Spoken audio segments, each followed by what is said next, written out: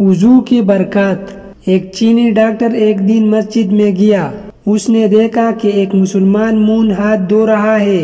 وہ مسلمان کے پاس گیا اور پوچھا کہ جس طریقے سے آپ منہ ہاتھ دھو رہی تھی، یہ طریقہ آپ کو کس نے سکھایا ہے؟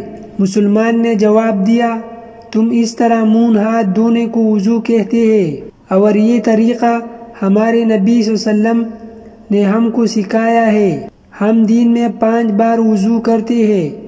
اس نے کہا کہ میں آپ کے نبی صلی اللہ علیہ وسلم سے ملنا چاہتا ہوں۔ وہ کہاں رہتے ہیں؟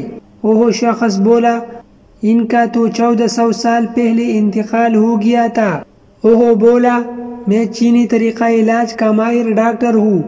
ہم جانتے ہیں قدرت نے انسان کے جسم میں کال کے نیچے 66 مقامات پر ایک خاص قسم کی سوچ نصب کی ہے۔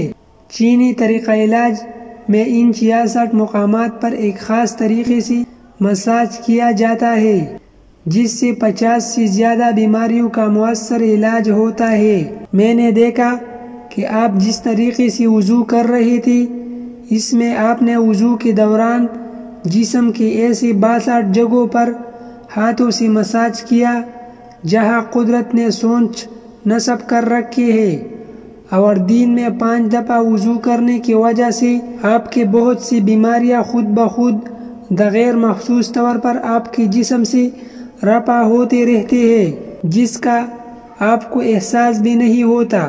میرا خیال تھا کہ جس شخص نے آپ کو وضو کا طریقہ سکھایا، وہ یقیناً انسانیت کا درد دل میں رکھنے والا ایک عظیم محقق اور علم طب کا ماہر ہوگا۔